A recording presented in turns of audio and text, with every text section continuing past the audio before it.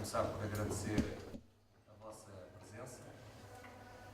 presença para um fórum temático e que de grande interesse, que tem vindo a ser de grande discussão na Federação de Patinagem de Portugal e também, de alguma forma, sido um tema que nos tem afligido nos últimos tempos, que é a necessidade de uma estruturação territorial administrativa, financeira e desportiva das associações regionais. Este fórum tem como participantes, portanto, eletores, para fazer a abertura, Paulo Rodrigues, vice-presidente da Federação de Patinagem de Portugal. Depois temos o professor Dr. Fernando Terreiro, que vai nos falar aqui do impacto económico e financeiro com essa estruturação. O Dr. Luís Paulo Lógico nos vai falar aqui sobre uma perspectiva legal, como poderá ser feita essa estruturação. Temos também aqui o professor Jorge Lopes, que nos vai dar uma perspectiva de qual o modelo organizativo a adotar, quais as vantagens e para fazer o encerramento e também dar-nos aqui a sua opinião, a opinião da Secretaria de Estado das Juventudes e do Desporto, do Dr. Diogo Guia, sobre esta matéria. Eu começaria por, então, depois, seguidamente, iremos ter aqui uma parte em que iremos ter debate, em que podem colocar as vossas sugestões, apresentar para esclarecimento e depois, então, faremos um encerramento do debate. Ora, eu começaria então aqui a dar a palavra ao Sr. Paulo Rodrigues para fazer então a abertura e nos falar um pouco então sobre este tema.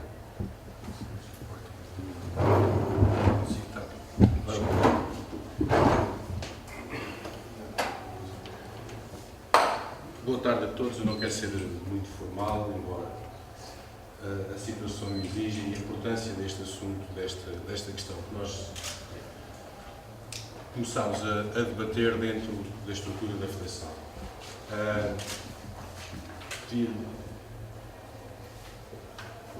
Não, em baixo, para baixo, mais, mesmo para baixo, até aparecer o PowerPoint. Está ali no fundo. É.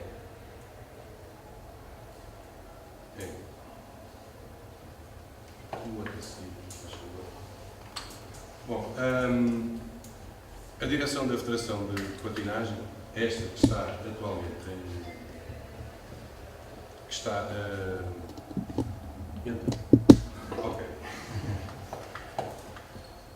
está no seu mandato, que terminamos em novembro. Um dos seus assuntos que queria ver solucionado até ao final do mandato, mas que não vai ser possível, não vamos consegui-lo, mas pelo menos a discussão fica, é uma reestruturação administrativa das associações. E porquê? Sentimos que há uma necessidade de adequar a realidade desportiva atual. Toda a estrutura se deve adequar à realidade desportiva. Quem está dentro do mundo, e isto falando no hóquei patins, por exemplo, há associações que não têm capacidade de organizar campeonatos que possam apurar para os campeonatos nacionais, campeonatos distritais ou regionais, para os campeonatos nacionais. Não têm massa crítica, não têm clubes que correspondam ao número mínimo exigido de clubes que possam participar e que possam apurar para os nacionais. A segunda questão, e que cada vez é mais premente, é necessário, estes são os dois eixos que nós consideramos mais importantes, é uma gestão mais eficiente dos recursos financeiros que temos disponíveis. As federações e as associações dependem de dinheiros do Estado. Essa gestão, cada vez mais, tem que ser muito mais eficiente, temos que ser muito mais rigorosos e temos que fazer uma gestão dos recursos muito melhor. Também acreditamos que a redução proporcionará uma melhor comunicação entre a Federação e as associações, assim como vai potenciar o aumento da intervenção das associações localmente ou regionalmente, como se queira entender. Esta discussão, a direção da Federação de Patinagem, encomendou um estudo, apresentou numa Assembleia Geral e, a partir daí, disputou-se um processo de discussão entre a direção da Federação e as associações. Contrariamente àquilo que nós pensávamos, reduziu-se a um número pequeno de associações que participariam nesse grupo de trabalho. E chegámos a um impasse. Esperamos nós que este processo também sirva para tirarmos algumas teias de aranha dos nossos dirigentes. É necessário cada um de nós perceber que não está em causa o eu ser vice-presidente da Federação de Patinagem de Portugal, o Luís Nascimento ser presidente da Associação de Patinagem de Lisboa, seja cada um dos dirigentes, não está em causa aquilo que nós, como pessoas, como indivíduos que fazemos parte de uma estrutura, podemos ter mais ou menor, maior ou menor influência. Não é isso que está em causa. Está em causa um todo que é a patinagem em Portugal. E esperemos que isto também sirva para cada um de nós perder essas amarras dos tais poderzinhos. E isto digo sendo politicamente incorreto. Mas assumo. Por favor. Agora vou-vos mostrar aquilo que cada uma das associações, foi pedido a cada uma das associações regionais que dissesse qual seria a sua ideia para uma divisão do país em termos de associações regionais. Portanto, a primeira, esta é a divisão proposta pela direção da Federação. Só seria bom, visto que nós estamos aqui todos e gostaríamos de participar, eu proponho, tirando aqui algum formalismo, passarmos nós aqui da mesa ali para a fila da frente. Sem querer interromper.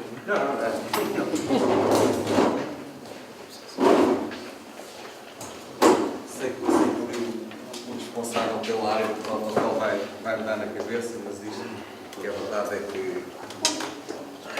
Isto vai fazer isso. Isto não foi feito para o voto não. Já agora.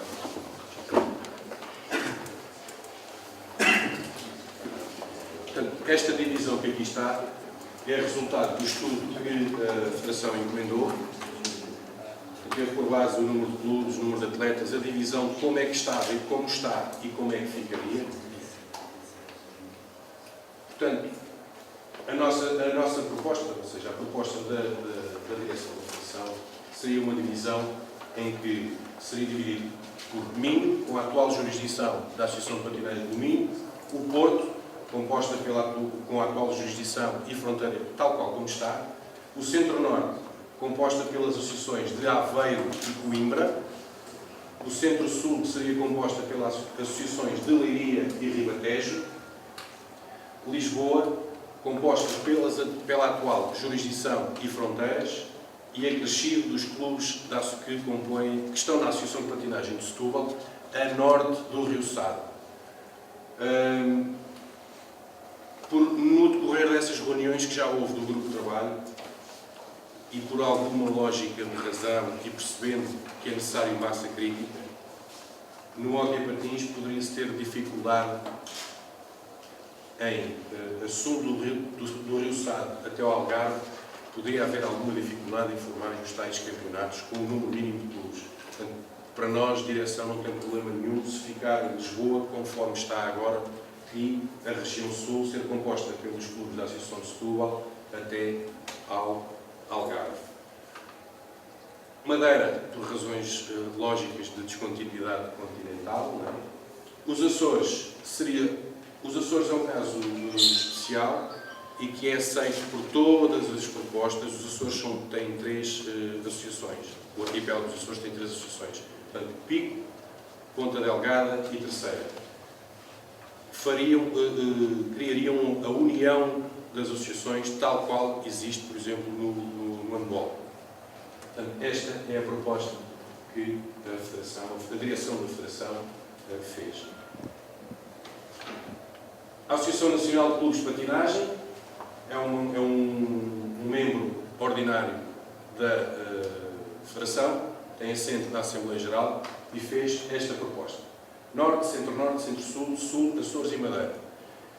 eu não vos consigo mostrar como é que eles acham que deve ser a divisão, porque não indicam, como vocês vão ver em todos os outros, que cada uma das associações que fez a proposta indicou onde é que começava a fronteira e terminava. Portanto, de qualquer das maneiras, não deixa de estar aqui a proposta da Associação de Clubes. A Associação de Patinagem no Minho é muito idêntica à proposta da Federação. Não, tem já aquela alteração em Setúbal, portanto, Setúbal, Alentejo e Algarve. Portanto, esta vá ao papel da Federação. A partir daqui é que as coisas se complicam e é a partir daqui que nós estamos, de certa maneira, no impasse. A Associação de Aveiro propõe a região norte, uma região situada a norte, portanto, tudo o que fosse a norte do Rio Douro. O centro-norte, uma região situada entre o Rio Douro, portanto, a sul do Rio Douro, e uma linha aproximada de uma reta entre a Figueira da Foz e Penamacor. O centro, numa linha, portanto, a sul daquela reta da Figueira da Foz, uma linha, a norte e a sul, a linha aproximada entre Peniche e Marvão. O centro-sul, entre a anterior, e uma linha entre Lisboa e o Landroal. E o sul, toda a região situada a sul desta linha entre Lisboa e o Landroal, Açores e Madeira. A outra, para não ser muito fastidioso, porque as associações trabalharam.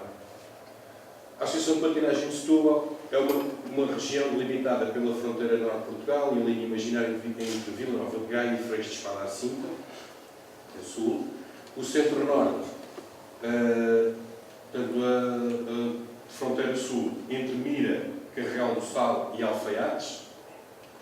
O centro, entre a linha anterior, sim, e uma linha imaginária das Caldas da Rainha, a Marvão. O centro-sul, entre o Alcochete e a Landroal. E o sul, portanto, desde Alcochete até ao Algarve, Açores e Madeira.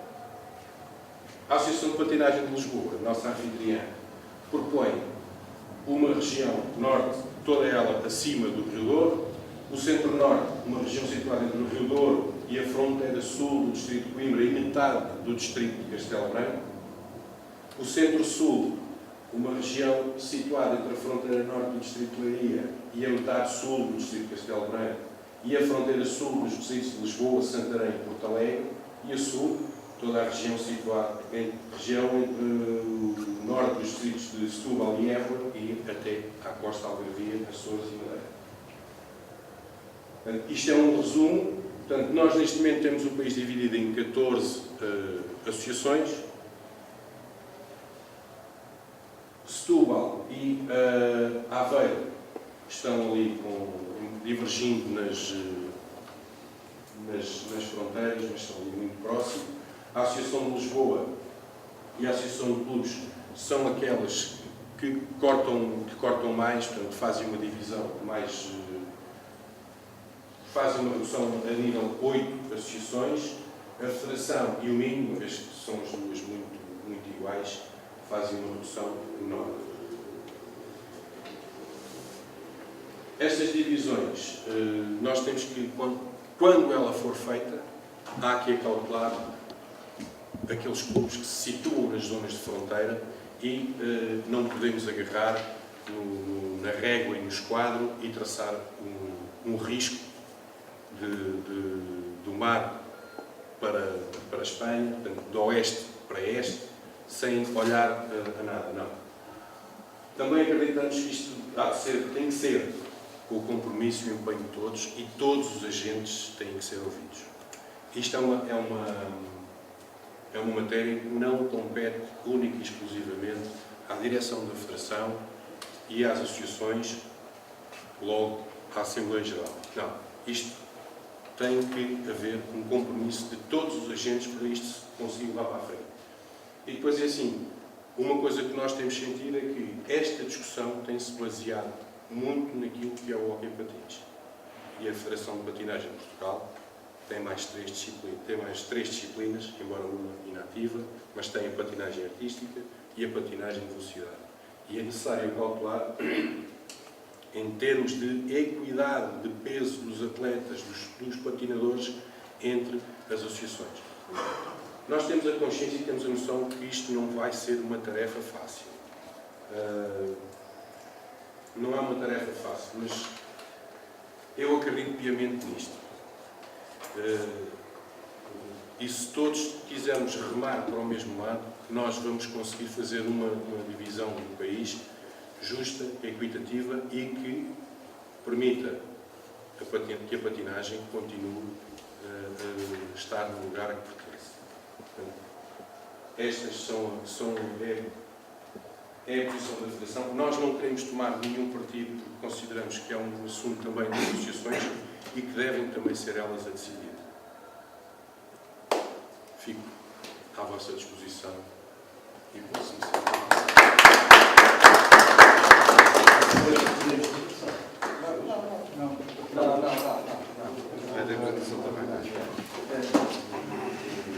Agora, depois desta excelente explicação, Deixa-me só mostrar aquela imagem do Google Earth, desculpa lá. Porque, às vezes, graficamente, tem-se uma outra ideia. Isso. Pronto. A vermelho, clique-me só ali naquilo onde diz Lisboa, Aveiro e Setúbal, faz favor. Só para perceber quem é quem. Clique. Agora no. Deixe só de Lisboa. Deixe só de Lisboa. Pronto. Isto é as divisões, esta é a divisão que Lisboa propõe. Portanto, as 4 zonas mais Açores e Madeira. Aveiro, faz favor. Portanto, Aveiro divide o país em 5, mas com as tais linhas. Esta é a tal regra que eu falava. E agora Setúbal, faz favor. Pronto. É de Setúbal. Clique só aí nos clubes. Não, está ali embaixo. Isto é a mancha, em termos de clubes, eu ainda não tenho aqui a patinagem de velocidade e a patinagem artística. O fecheiro está a ser acabado, isto não é fácil andar a aplicar cada um dos clubes. Mas isto é a mancha de clubes de hóquei patins. São os clubes que existem com atividade, seja em que escalão for, são os clubes que existem em hóquei patins. E isto é uma situação que nós queremos inverter. É Bragança? É o Clube Académico de Bragança. Estão lá.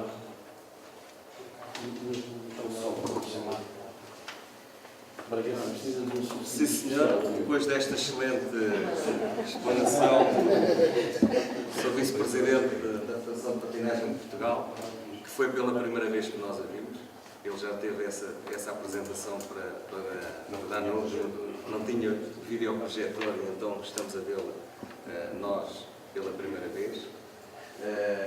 Não há dúvida nenhuma que está aqui um trabalho que é o fruto também daquilo que as associações têm vindo a dar. É óbvio que só não percebo eu pôr aqui uma acha, vou deixar para mais logo, só não percebo. A discussão não aparece com a proposta de Lisboa e das outras, porque dos clubes está associada àquilo que é a proposta de Lisboa, mas entretanto vamos falar então aqui. O professor Fernando Terreiro vai-nos dar a sua perspectiva como economista do desporto, um homem que sabe o que é os recursos escassos, etc.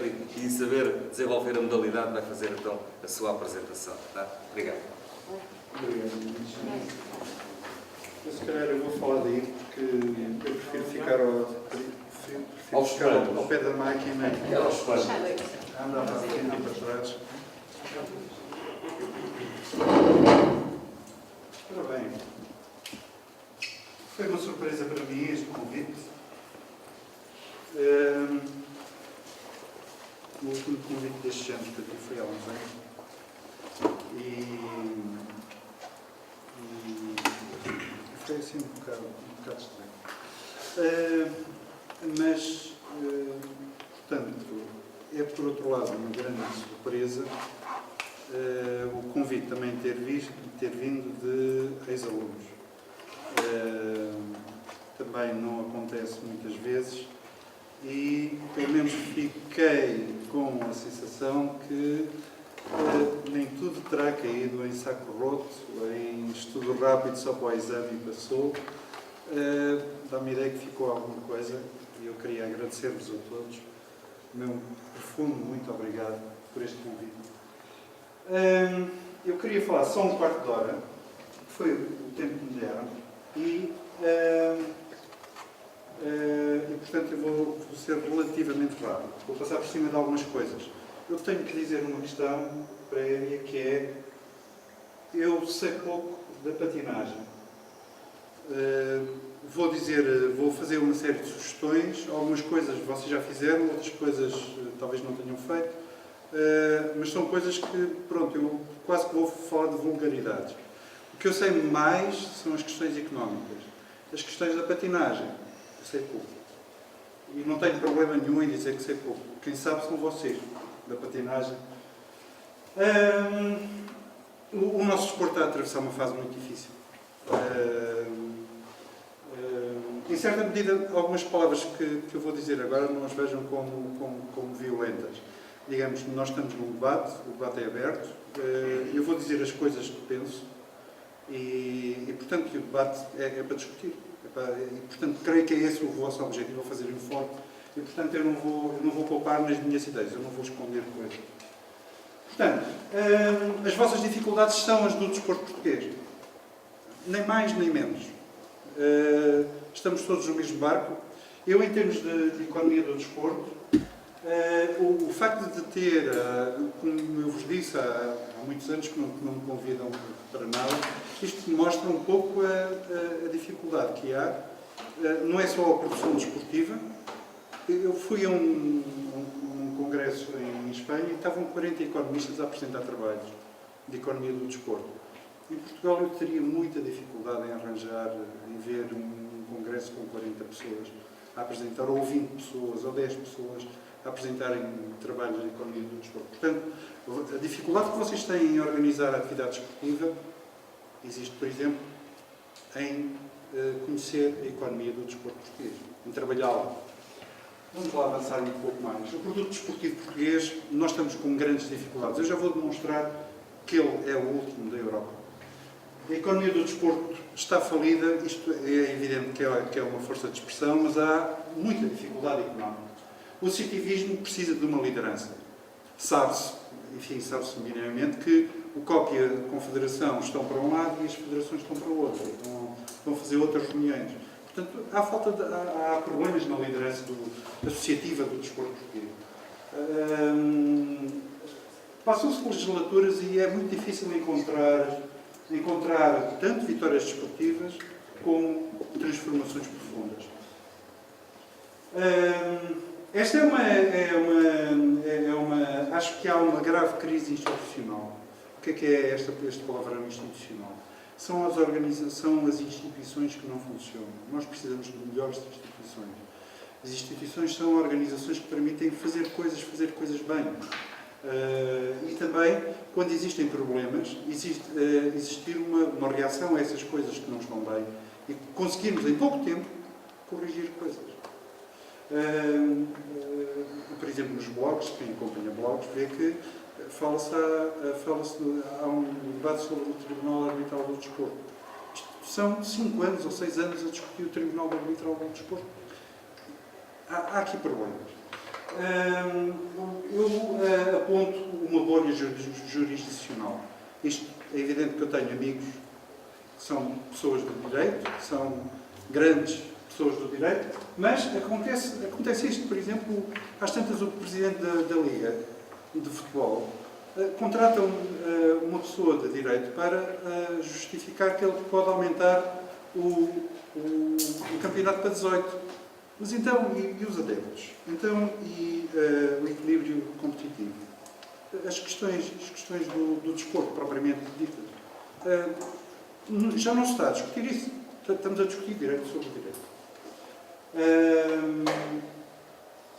Passando à frente agora, portanto, há problemas nas instituições. O Conselho Nacional do Desporto, enfim, há muitos anos sabe-se que ele existe, sabe-se que trabalha, as pessoas que estão lá dão o seu melhor, mas depois a questão que se coloca é, então, e os resultados?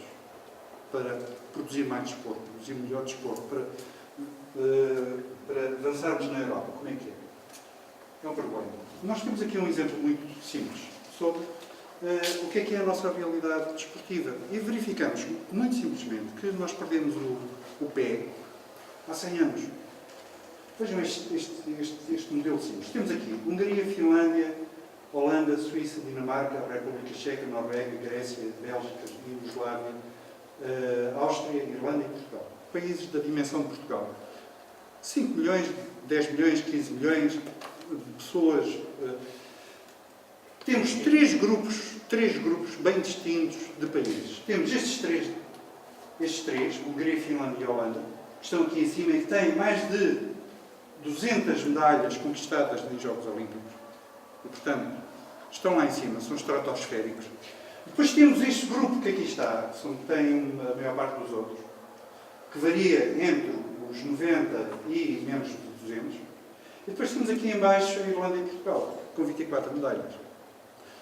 Quando é que nós perdemos o pé? Perdemos há 100 anos, 1920, 1924. Nunca, desde 1908, nunca acompanhamos este grupo.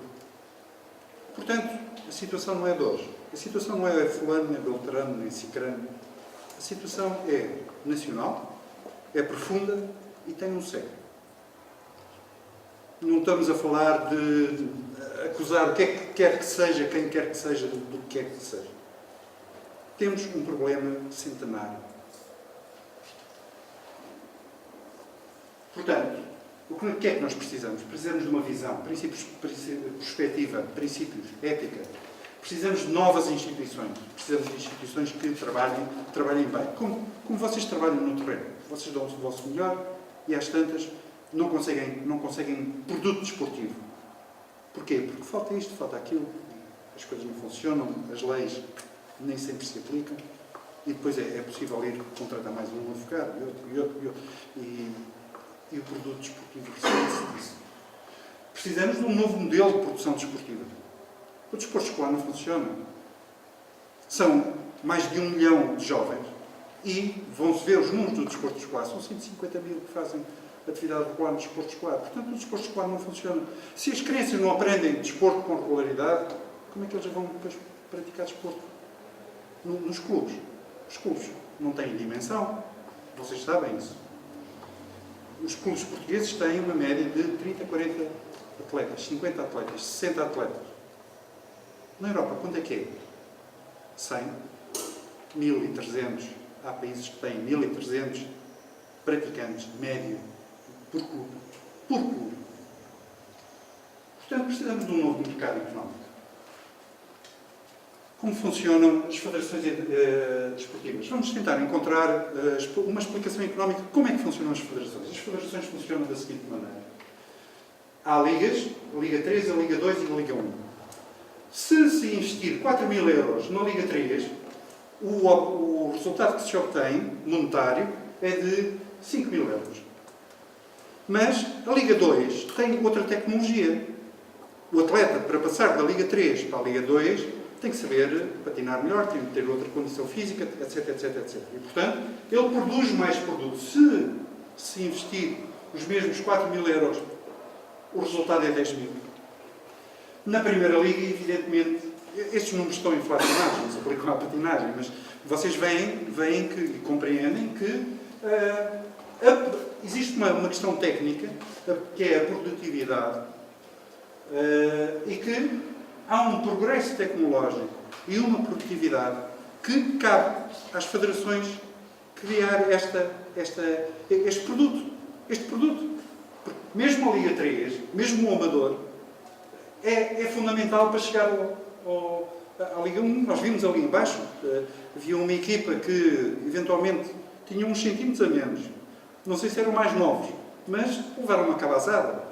Portanto, as diferenças tecnológicas, físicas, cada liga, cada campeonato são clusters, são agrupamentos de qualidade técnica, de custos de equipamento, de custos de contratação de técnicos diferentes. Cada liga, portanto, a federação tem que trabalhar liga a liga, níveis distintos de qualidade, de tecnologia, para conseguir que a sua a sua modalidade cresça. Portanto, agora entrando um pouco na patinagem, Portugal é líder em tecnologia de patins paralelos. É líder mundial. Ninguém tem dúvidas disso. Quer dizer, esta é a minha convicção, vocês é que sabem. Há núcleos de patins de rodas, não é patins de rodas, desculpem lá, rodas paralelas em todo o mundo. Portanto, mais ou menos existem, mas, no entanto, a situação de Portugal a situação da patinagem é que é um bocadinho em Espanha, um bocadinho em Itália, um bocadinho ali, um bocadinho em Polar. E o que é que falta à patinagem? Falta crescer e ganhar dimensão. Como é que pode ganhar em dimensão? Os patins em linha são uma atividade, podem ser uma atividade radical. E a questão é que os patins em linha são também preferidos por enquanto adrenalina dos jovens. E, portanto, há aqui uma abertura para a modalidade em termos de passar dos patins paralelos para os patins em linha, que é a mesma coisa que, por exemplo, o atletismo português evoluiu para as técnicas, o futsal no futebol, a ginástica está a conseguir atualmente melhores resultados e o rugby de 7 está a abrir uma oportunidade para o rugby de 15, onde nós não chegávamos. Mas eles vão ter sucesso. E, portanto, estamos a pegar num nicho tecnológico, que é passar de 15 para 7, e estamos a ter sucesso aí.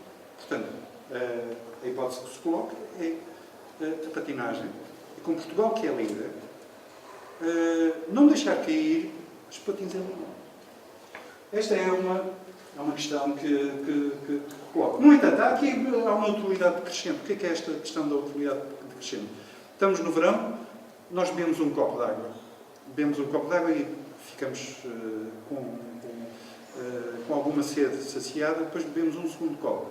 E à medida que vamos bebendo copos de água, ficamos cada vez mais cheios, até que deixamos de ter satisfação.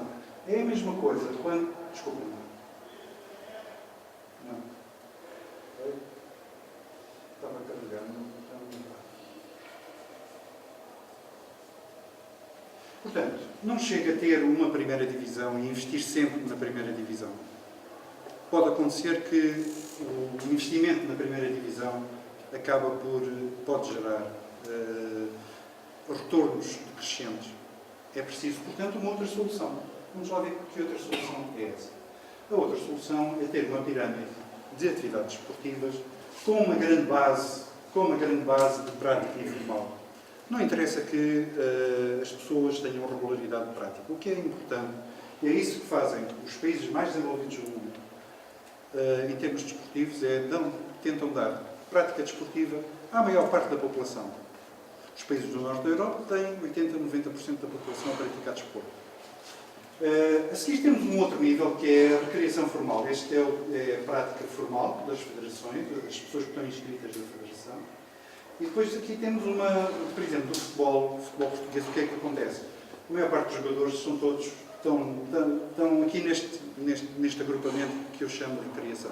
Está claro que a segunda divisão, a segunda liga, tem um nível profissional muito elevado, mas eu aqui não quis considerar apenas separar. E, portanto, há que fazer, a questão principal é que os profissionais, os que vão à seleção, são 0,5%, 1%, 2%, é muito pouco, são muito poucos.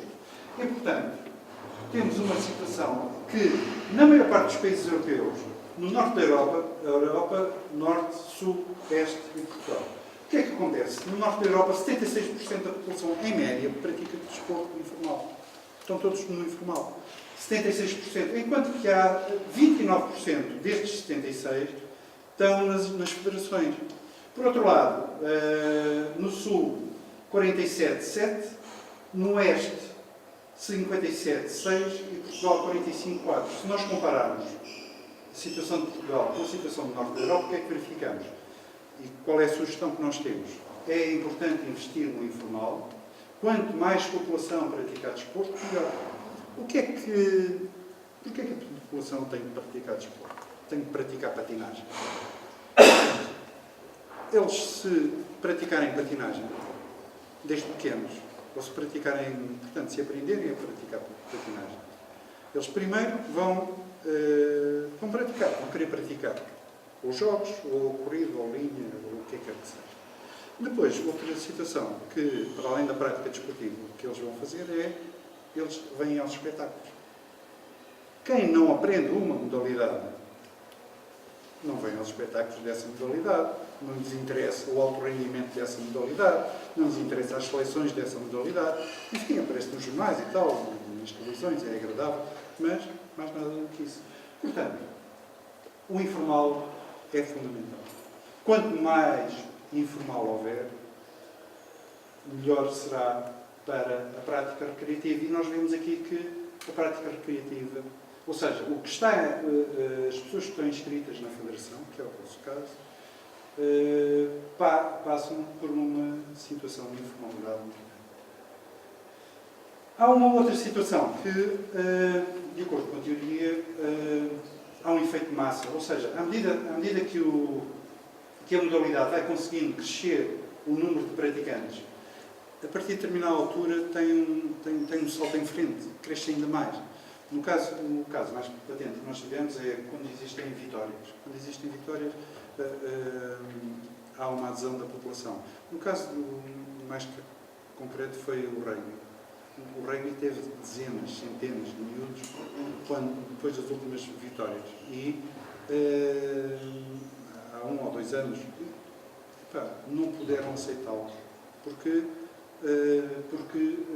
não tinham condições. Cá está, houve um efeito de massa crítica em que pela vitória conseguida houve um salto.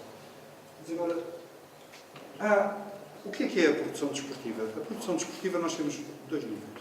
Um é a produção privada, mas depois existe uma outra produção que é muito importante, que é a produção pública. Temos aqui a procura privada, neste caso, temos aqui a procura pública e temos aqui a oferta.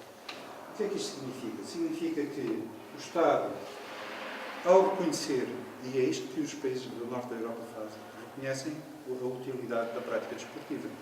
E então o que é que o Estado faz? O Estado investe no desporto, investe de muitas maneiras no desporto. E, portanto, este subsídiozinho que aqui está é o suficiente para que o aumento da prática desportiva passe daqui para aqui. E, portanto, é por isso que nos países do norte da Europa eles chegam a ter 80%, 90% da população. Portanto, como é que pode ser a produção pública? A produção pública tem muitas formas de atuação. Vamos ver algumas. Há o crescimento, há a necessidade de crescer o consumo, há a necessidade de atender aos custos de produção e há a necessidade de olhar para o associativismo. Em relação ao crescimento do consumo, eu ponho aqui 2 questões. Uma que é a patinagem portuguesa definir como objetivo meter a modalidade nos Jogos Olímpicos. Nós já vimos que não foi possível. Mas outra situação era jogar ao máximo com rodas paralelas, em linha, gelo e aumentar a dimensão, a massa crítica da modalidade e, por outro lado, as relações internacionais, isto passa pelo governo. Passa não só a Federação de Patinagem Portuguesa, conversar com o espanhol, a Argentina e os países que têm a patinagem em paralelo e produzir e avançar nesse sentido, mas também os governos. É uma outra situação. Os custos de produção aqui estão, são enormes, são variados. O associativismo, há a necessidade de ter, tem a ver com, por um lado, com uma liderança, COP, CDP.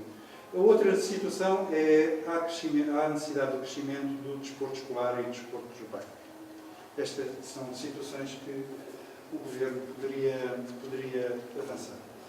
Quanto aos números da patinagem, eu tirei os números dos documentos que me enviaram, tenho aqui uns quadros, eu só vos queria mostrar uma situação. Nós temos aqui dividido a dimensão de clubes, de 0 aos 19 praticantes, de 20 aos 38, 39, 57, até chegar ao fim, 172 a 190 praticantes por clube. vemos que, pronto, aqui em Lisboa e Leiria conseguem 8 clubes a vermelho. E, portanto, esta é uma distribuição dentro destes não sei como é que eu lhe chamar, distritos. Olhando agora para a curva do total, nós temos uma situação que é, o que é que verificamos? Verificamos que a maior parte dos clubes de 50 têm entre 20 e 38 praticantes. Vemos que no topo estão 2 clubes em cada uma destas colunas. O ideal qual seria? O ideal seria que houvesse uma distribuição em forma de sino. E em que, qual é a vantagem desta distribuição em forma de sino? Era que, encontrando meios dos clubes de hóquei crescerem de 19, 38, 57 praticantes por clube para 76, 95, metê-los aqui dentro deste sino, e com este sino feito, a competitividade desportiva entre os clubes e as equipas seria muito maior. E, portanto, este é um desafio que seria útil observar e para vocês analisarem, que era conseguirem encontrar os instrumentos e os mecanismos para fazer crescer estes clubes para dentro deste ciclo.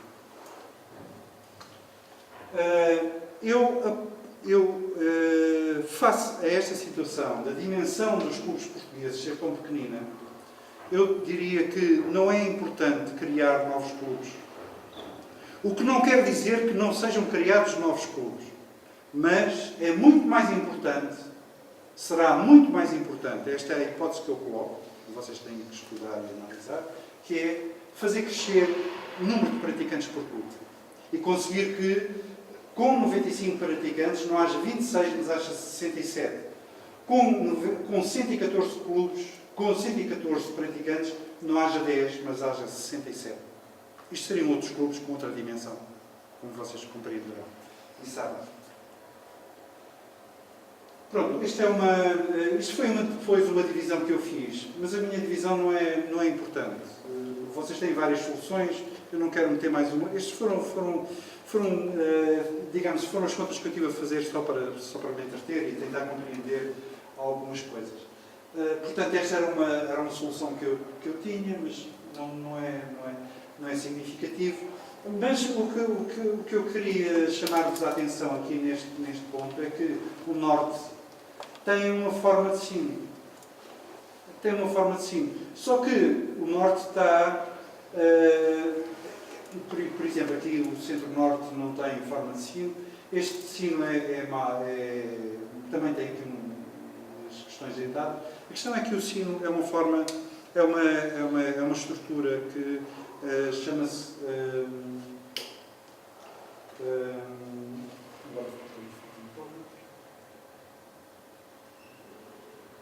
é uma distribuição normal. Chama-se, em termos estatísticos, chama-se uma distribuição normal. E vocês verificam que, com uma forma deste género, a concentração dos clubes com dimensão igual, a competitividade entre eles passa a ser diferente.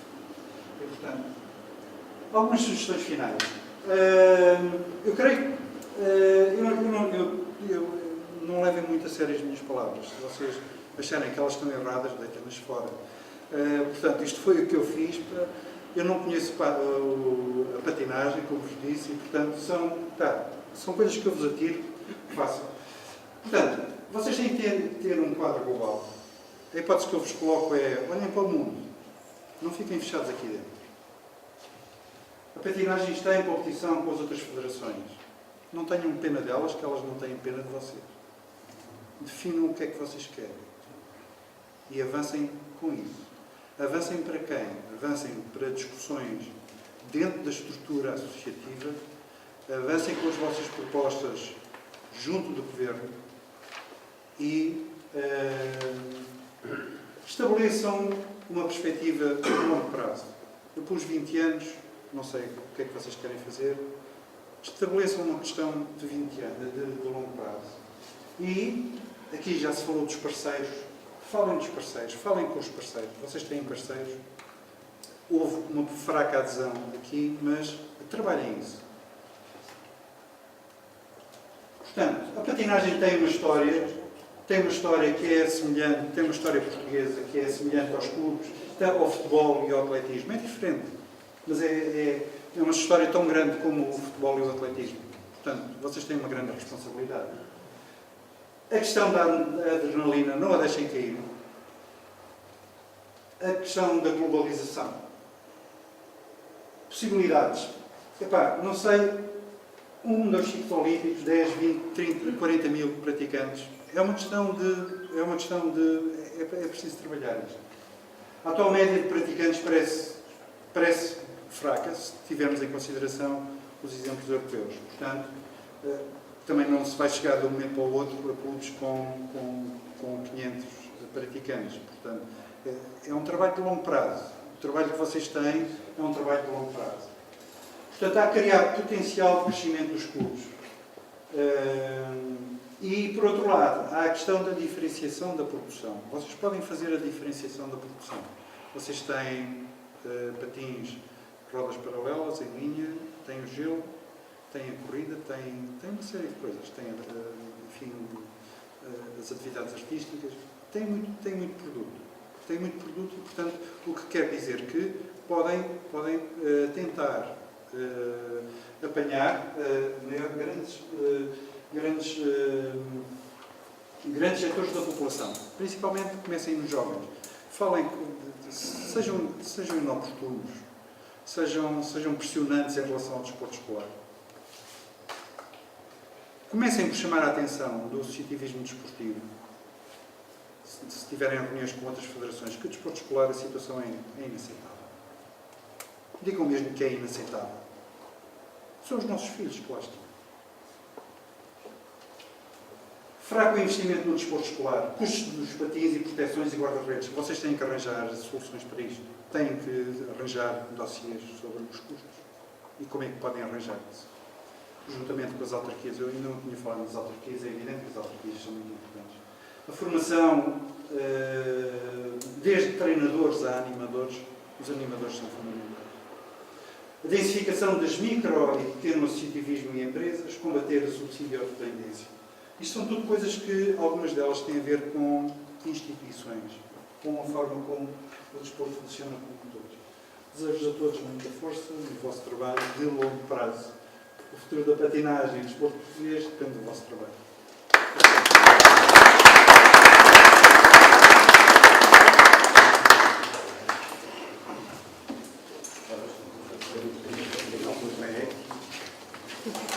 É sempre um prazer ouvir as palavras do professor Tenreiro.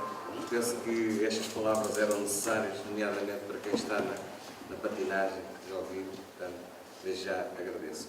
Entretanto, vamos alterar aqui um bocadinho a ordem, que é para podermos estar aqui a assistir a todas as apresentações. Iremos agora ouvir o professor Jorge Lopes a falar sobre a organização desportiva, batalha, e Deus a adotar. Faça favor, professor. Eu vou falar aqui, não preciso de micro, tenho uma voz muito forte. Muito boa tarde. Em primeiro lugar, gostava de agradecer o convite que me foi formulado pela Associação de Patinagem de Lisboa, na qualidade de Diretor Técnico Nacional da Federação de Patinagem de Portugal, para estar presente neste fórum. Em segundo lugar, dar os parabéns à Associação de Patinagem de Lisboa pela pertinência do tema.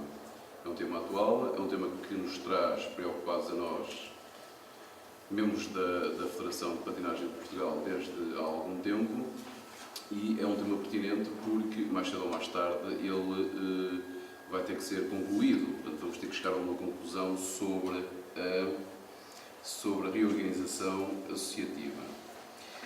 Em terceiro lugar, gostava de vos dizer que a minha intervenção é uma intervenção fundamentalmente com uma visão do treinador, não do técnico, que é uma diferença significativa entre ser treinador e técnico, como vocês sabem. De homem do terreno, mas que, como é óbvio, tem uma perspectiva se calhar diferente daquela que têm os dirigentes da patinagem. Bom, vivemos num país com 92 mil km². Um pequeno jardim apenas lá plantado aqui do Atlântico com cerca de uma população de 10 milhões e 500 mil habitantes, mais ou menos, mas que na última década cresceu apenas cresceu apenas 2%.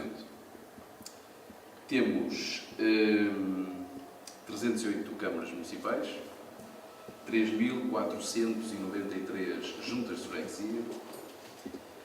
Por incrível que pareça, temos 3 governos, um nacional e 2 regionais, num país tão pequenino, mas para além disso temos 4 parlamentos, um europeu, um nacional e 3 regionais. Parece que não tem nada a ver com o assunto, mas tem. Temos mais de 300 deputados, temos mais de 400 institutos e fundações, algumas delas públicas, aquelas 60 públicas que o Governo, numa das últimas intervenções, disse que ia tentar classificar e até excluir a sua atividade, ainda não o fez. E, por incrível que pareça, até temos um Instituto do Estudo da Felicidade. É verdade. Se calhar necessitamos, com esta crise toda. Temos 14 associações de patinagem que, perante as dificuldades económicas e desportivas que hoje em dia acontecem e que todos temos essa percepção, são demasiadas. Bom, o que fazer? Isto parece que vivemos noutro país. Parece que esta pequena abordagem que foi feita nesta introdução parece que nós vivemos num país que não é real. E, de facto, 14 associações de patinagem não reflete aquilo que é o essencial para a nossa modalidade e é isso que nos traz preocupados. Se ultrapassar o limite dos 15 minutos, eu agradecia ao Luís neste momento que me desse um toque, que eu às vezes perco e é difícil depois de controlar o discurso. Qual é o primeiro step? The first step. O que é que nós devemos fazer? Nós treinadores não. Essa é uma competência que tem que partir das associações, que tem que partir fundamentalmente dos clubes, que é definir que modelo de reorganização administrativa, financeira, melhor, reorganização associativa é que devemos ter. Esse é, digamos assim, o primeiro problema para resolver. E é a partir daí que os outros todos se resolvem muito mais facilmente. Mas este primeiro problema não é assim tão fácil de resolver quanto parece. É mesmo muito complicado porque há muitos poderes estabelecidos, há muitas situações de que as pessoas não dedicam, estou-me a referir essencialmente às associações, não querem perder o poder, entre aspas, que foram acumulando ao longo dos anos e os vícios também, e portanto é uma situação complicada. E é a partir da resolução desta questão que nós podemos partir para aquilo a que eu chamaria de reorganização desportiva, ou uma nova organização desportiva. Bom, mas para fazermos uma reorganização associativa das 14 associações do país, nós temos que pensar fundamentalmente qual é o paradigma que nós pretendemos. Onde é que queremos chegar? Com que ideal é que nós partimos para esse trabalho tão difícil de reorganizar as associações de patinagem no nosso país? Então coloca-se um problema. Qual é o objetivo da reorganização? Bom, é diminuir os custos. Será diminuir os custos? Bom, eventualmente. Será aumentar a competitividade das 3 ou 4 disciplinas que hoje a patinagem tem, o hóquei em patins, especialmente, que é a modalidade mais forte, ou a patinagem artística, ou a velocidade, a patinagem de velocidade, ou o hóquei em linha, ou é ao mesmo tempo reduzir os custos e aumentar a competitividade, que é isso que nós queremos fundamentalmente. Como é que nós podemos ser mais competitivos com menos dinheiro? Bom, isso é um problema dos diabos para o qual eu não tenho solução, nem me cabe a mim arranjar as soluções para esta situação. Aquilo que eu penso é que as associações têm que refletir profundamente sobre o quarto paradigma que está ali e que me diz a mim particularmente respeito, que é valorizar os princípios da formação desportiva e pensarmos naquilo que queremos no alto rendimento desportivo. Porque nós andamos aqui um pouco enganados sobre estas coisas. Ouvi ainda há pouco falar do que era o alto rendimento no futebol. concluímos que os espanhóis fizeram, e muito bem, um seminário em que 40 economistas dos desportos estiveram presentes. Porquê? Porque há um grande investimento em tudo o que diz respeito, especialmente ao alto rendimento desportivo, na nossa vizinha Espanha. Não é por acaso, não há nenhuma varinha mágica que faça com que os seus atletas, aqueles com que vocês e eu nos temos que preocupar, esses é que são os artistas de todas as modalidades desportivas. Isto para vos dizer, e já vou aos espanhóis, que não basta dividirmos o país por a régua esquadro. A reorganização associativa não pode nunca passar por aí. Esta é a minha perspectiva. Tem que fundamentalmente passar pela defesa dos princípios da formação. Que tipo de formação é que nós estamos a fazer? Não tem nada a ver com a reorganização associativa isto. Quando nós organizamos campeonatos nacionais de infantis e de iniciados, que pedagogicamente, cientificamente é incorreto, só no nosso país é que isto acontece, com certeza. Mas quando nós permitimos que os nossos jovens atletas, por exemplo, de uma das disciplinas da patinagem, participem em taças de Europa de infantis, quer dizer, isto é um atentado àquilo que são os valores da formação. Portanto, a reorganização associativa e a reorganização desportiva têm a ver com a defesa destes princípios. Nós continuamos, eu que sou do hóquei patins, percebo alguma coisa de patinagem artística e de velocidade, alguma coisa, mas muito pouco. Eu sou mestre em desporto de alto rendimento, porque para mim o rendimento é tudo. Portanto, não consigo estar naquilo que é o outro lado, que é a formação. Tenho os meus princípios, conheço aquilo que se deve fazer e como se deve fazer e quando se deve fazer, mas fundamentalmente eu sou do outro lado, do espremer os atletas quando estão na idade indicada para ganhar. E, portanto, é fundamental para os dirigentes da patinagem resolverem estes conceitos, perceberem estes conceitos do que é a formação e do que é o alto rendimento. Os nossos atletas continuam a jogar, desculpem a franqueza, mas eu nestas coisas não sei se está de outra maneira. Os nossos atletas benjamins ou escolares, com raríssimas e honrosas exceções, continuam a fazer o mesmo jogo que os séniores. As mesmas regras, o mesmo recinto, muitas vezes 44-22, que o primeiro que o miúdo chega lá, portanto jogam muito pouco, aprendem muito pouco aquilo que é o jogo, continuam a jogar com as mesmas regras, com os mesmos princípios do jogo e etc. Portanto, o jogo dos séniores é um modelo que é imposto ao jogo dos mais pequenos. Somos uma modalidade, o hóquei em patins, com grandes títulos. Aliás, depois da apresentação no SWOT, vocês vão ver que realmente isso é uma das... para o nosso ego, o hóquei em patins, pois, mas nos últimos anos, infelizmente, o hóquei em patins não nos trouxe nada, a não ser algumas dores de cabeça. Somos uma modalidade muito antiquada. Não conseguimos ajustar os regulamentos ao contrário de outras modalidades. Os homens do basquete têm campos mais pequenos, têm bolas mais pequenas, têm campos mais pequenos, jogam rapazes e raparigas ao mesmo tempo, nós agora também, no hóquei em patins, e ainda bem. Mas já há uns anos que eles fazem isto. E mais, taticamente, são muito mais ricos do que nós da aprendizagem que fazem do jogo. E, portanto, é isso que nos leva a pensar, ou que nos deve levar a pensar, como é que vamos defender uma reorganização associativa e, logicamente, uma reorganização desportiva dos quadros competitivos, por exemplo.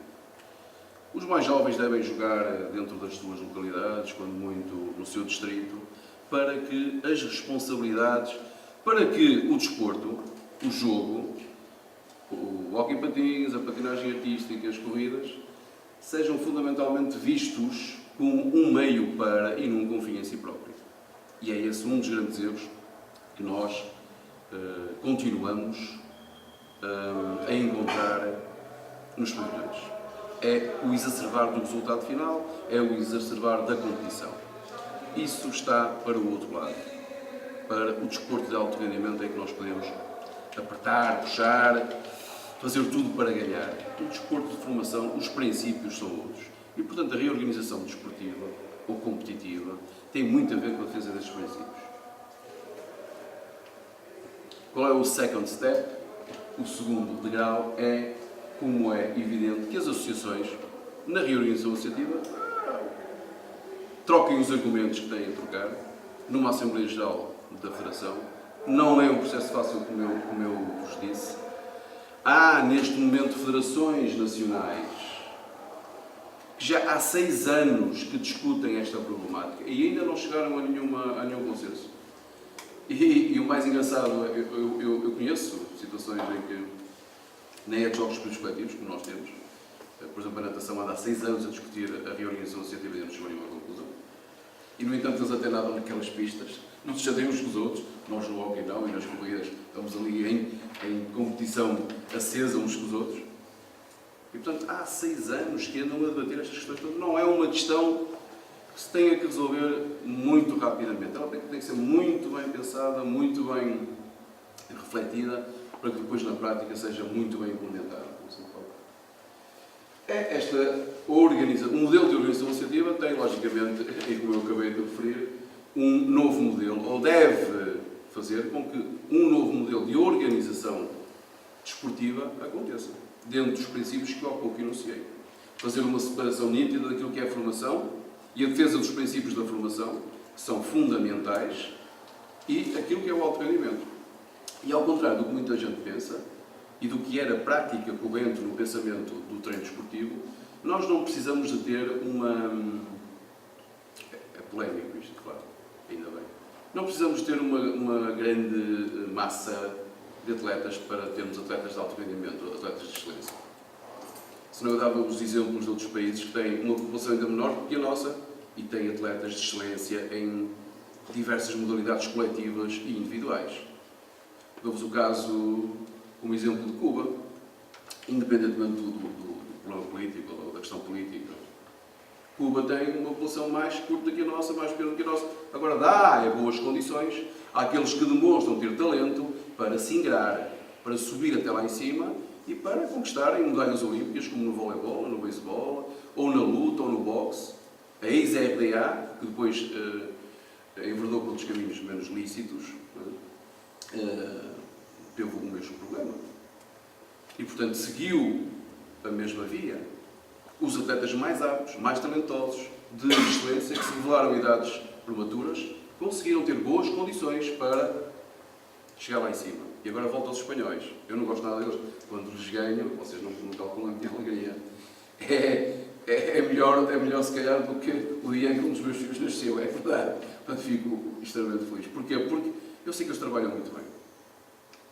Investiram muito em 92. Investiram em estruturas físicas para os Jogos Olímpicos de Barcelona.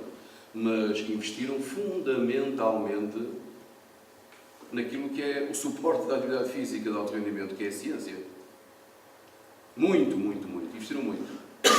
Não é por acaso que eles são bons no hóquei em patins, no basquete, no handball, no ténis, no ciclismo, no automobilismo e por aí adiante.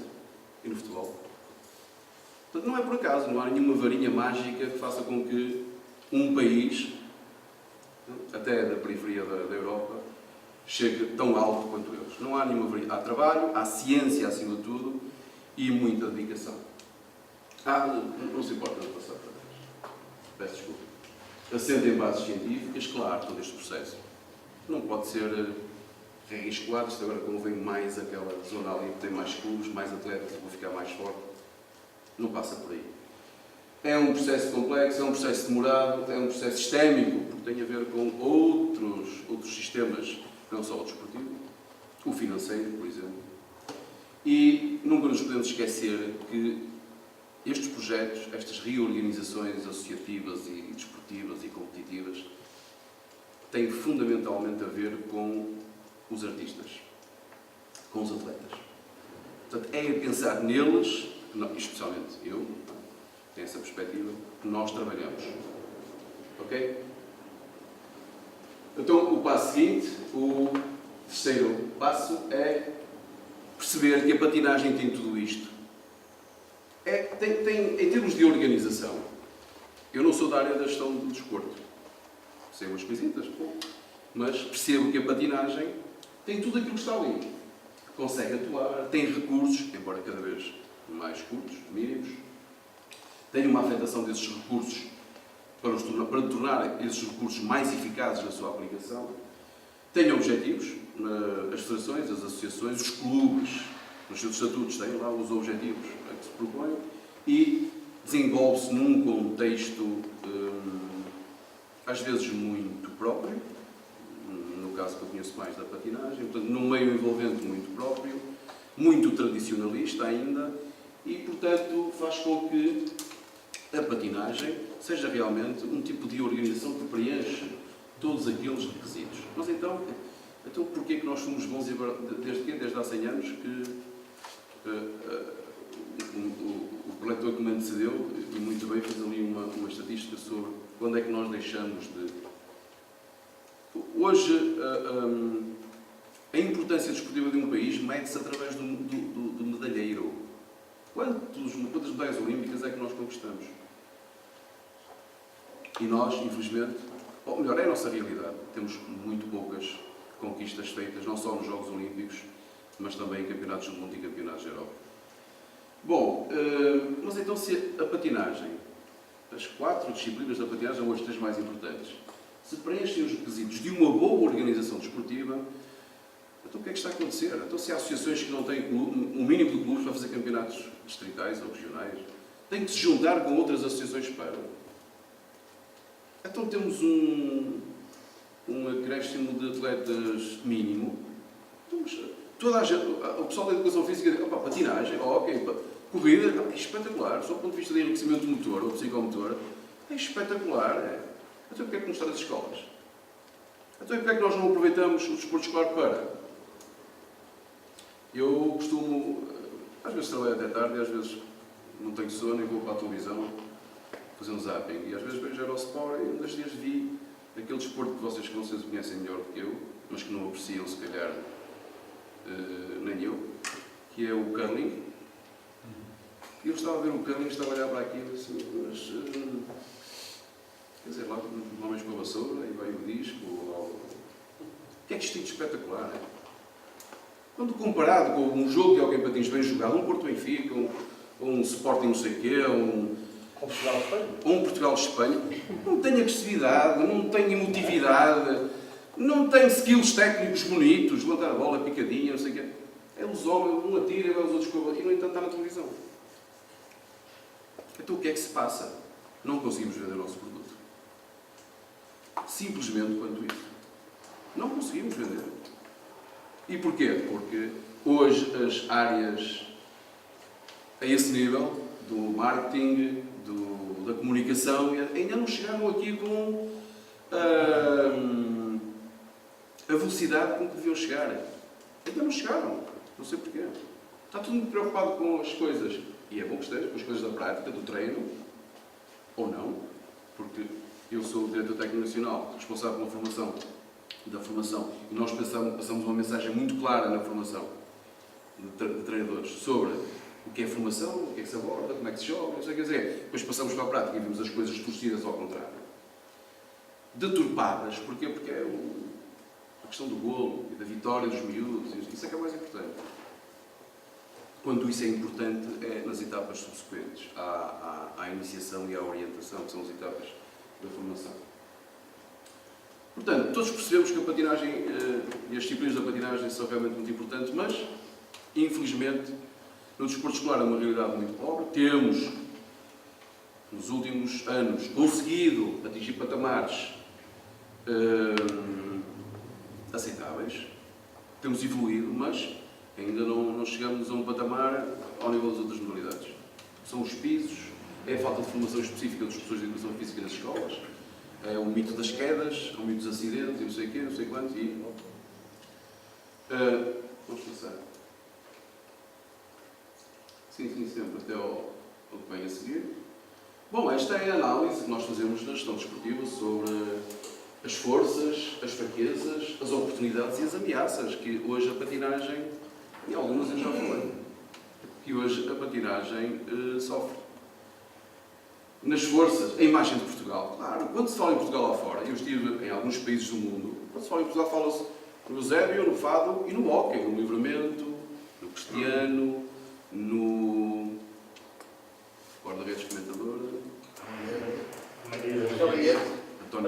são figuras emblemáticas do nosso país. E é aí que nós nos devemos agarrar para promover a modalidade, as modalidades. Também, agarrar-nos a essa história que é rica, que é feita de conquistas. Somos a única modalidade nos Jogos Desportivos Coletivos que ganhou qualquer coisa. Epá, como ganhou? Quem é que esteve? Porque eu sei que nós ganhamos campeonatos do mundo e campeonatos da Europa, coisa que nem o rugby, nem o futebol, nem o atletismo, nem não sei o quê, Jogos Desportivos Coletivos, perdão, conseguiram. Nós conseguimos isso. E não rentabilizamos estas conquistas. Temos estas imagens destes cromos, como eu chamo. São imagens do alto rendimento, da excelência técnica, da excelência tática. Que se foram dos melhores jogadores do mundo. E, no entanto, nós continuamos a ter projetos de alto rendimento na Federação. Ao nível das seleções nacionais, claro. Claro. Não temos as condições que gostaríamos de ter. As condições financeiras que o Estado nos dá são cada vez mais curtas. E, portanto, muitas vezes temos que fazer algumas habilidades para conseguir atingir os nossos fins. Mas o que é facto é que temos alguns projetos também no alto rendimento para as modalidades da Federação. Temos muitos atletas federados, claro. E, portanto, tudo isto são forças que a patinagem pode rentabilizar para sair, se calhar, do marasmo em que se encontra. Temos também fraquezas. Já pensaram que toda a gente... Não é uma crítica, aquilo que eu vou dizer. Eu já disse que é muito franco nestas coisas, às vezes levo na cabeça por causa disto. Toda a gente faz formação no desporto. Os atletas fazem a sua formação desde que entram na atividade esportiva, claro, das escolinhas, dos benjamins, dos escolares, os árbitros a mesma coisa. Mal ou bem, claro, os árbitros. Mas fazem a sua formação, a sua reciclagem, todos os anos, 2, 3 ações. Os treinadores obrigatoriamente, então agora, com o Plano Nacional de Formação de Treinadores, mal ou bem, é um passo em frente. Não é? Aumento do número de horas.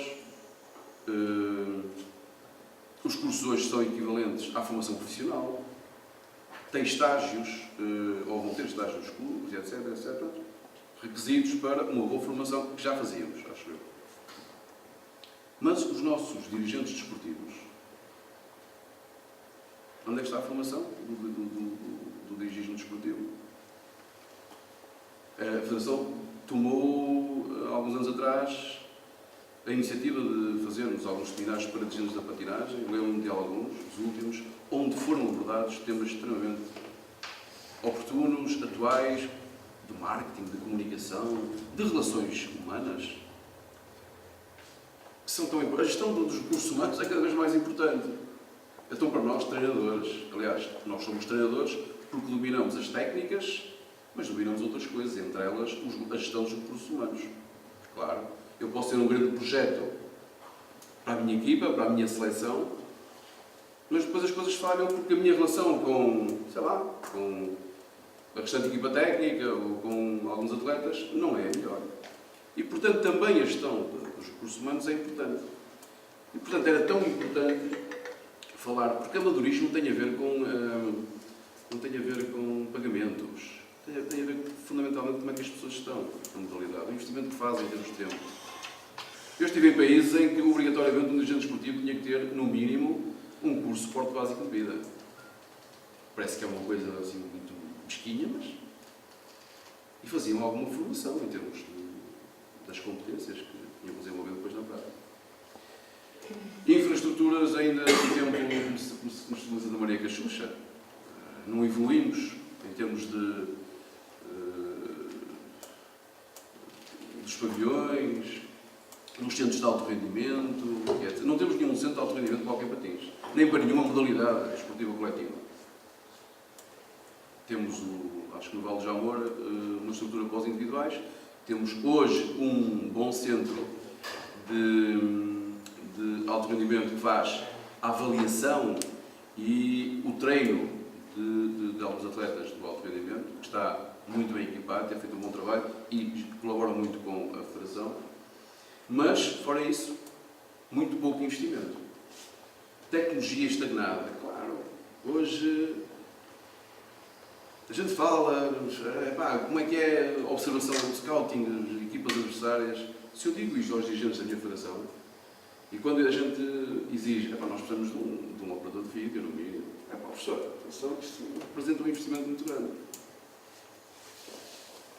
Quantos operadores de vídeo tem o futebol, em cada jogo da seleção? Do futsal, por exemplo. Se a gente entrar no balneário do futsal, da Seleção Nacional, no balneário, na cabine, estão as estratégias todas montadas, coladas à parede, feitas por um, ou dois, ou três técnicos, e o jogador está a equipar-se e está o treinador a dizer, e ele tem lá aquilo tudo montado. Ora, isso é muito trabalho, representa muito investimento, mas isto é a alta competição. E, portanto, até aí, reparem num pormenor, estou-me a esticar muito. Um bocadinho, vamos já agora. 27 minutos. 27 minutos. Até a nível dos patinhos, se a gente reparar, só e dos equipamentos, das fardas, até há relativamente pouco tempo as coisas eram sem sabor. O patinho era preto, as rodas eram pretas, é verdade ou não? Pois aqueles patins antigos, alguns que vimos aí nas fotografias, com aquele pneu à frente. Só nos últimos anos é que houve alguma alteração tecnológica a esse nível. Até o caio da bola costuma ser preta. Eu não percebi porquê. Ela, hoje, regulamentarmente, pode ser de todas as cores, desde que seja contrastante com o piso. Portanto, até aí nós temos que incluir. Bom, dificuldades financeiras, já nem falo. Oportunidades na formação, claro. Apostar muito na formação de todos os agentes que estão envolvidos nesta questão da patinagem, da estrutura organizativa, não só humana, como dos quadros competitivos, repensá-los, eu acho que é fundamental. Repensar as questões dos quadros competitivos mais pequenos e aqueles que, a partir de juvenis, se calhar aumentar o grau de responsabilidade. Isso quer dizer fazer mais jogos entre as equipas de maior valor. É uma coisa que eu ainda não percebi também nesta modalidade, o hóquei em patins. As melhores equipas nacionais, hoje, Porto e Benfica, defrontam-se 2 vezes numa época desportiva, quando muito 3, se for na Taça de Portugal. É muito pobre, meus amigos, é muito pobre. É muito pobre. As melhores equipas têm que jogar mais vezes entre si. Para quê? Para que o nível competitivo da modalidade suba. Para que os jogos transmitam dificuldades aos treinadores que eles têm que superar. Claro. Senão não há evolução possível. E outras modalidades são fatores que nos causam ameaça, claro. Outras modalidades mais atrativas que implicam mais adrenalina, claro. Que implicam mais velocidade, que implicam maior risco. Hoje a juventude quer sair da rotina. Quer mais velocidade, quer mais risco. E, portanto, essas modalidades hoje têm cada vez mais público. A economia e a crise mundial são fatores externos que causam, ou são uma ameaça. Claro, hoje há cada vez menos dinheiro, há cada vez menos investimento nas modalidades desportivas e a patinagem tem-se refletido negativamente em todos os aspectos. E a falta de cultura desportiva também. São precisos, e daí as minhas felicitações à Associação de Patinagem de Lisboa, são precisas mais coisas como estas, onde, abertamente, eu não sei se disse muitas asneiras, mas abertamente a gente fala, discuta e tenta chegar a um lado qualquer. Eu acho que isto é fundamental. Isto é uma data de repetições daquilo que eu já referi. Bom, estas são as áreas estratégicas que a Federação eventualmente trabalha. A minha responsabilidade da área B do alto rendimento, claro, e a área C do desenvolvimento da formação. E aqueles são os programas que nós, juntamente com a direção técnica, comigo e com o professor Luís Duarte, tentamos implementar no terreno, embora sem,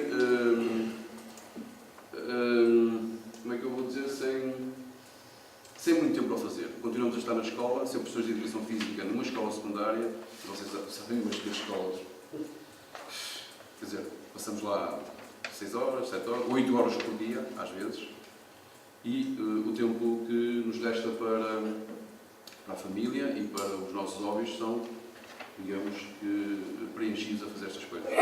Fazemos por gosto, com certeza, porque, acima de tudo, temos uma coisa que nos identifica e que nos une a todos, que é a paixão, neste caso, pelo Hockey Patins. Muito obrigado. Não sei se foi muito chato, mas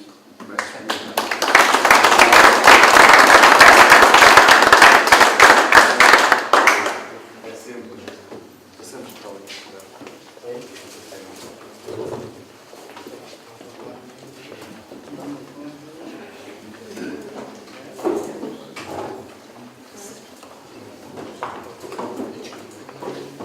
É sempre um prazer ouvir o Sr. Jorge Lopes falar sobre o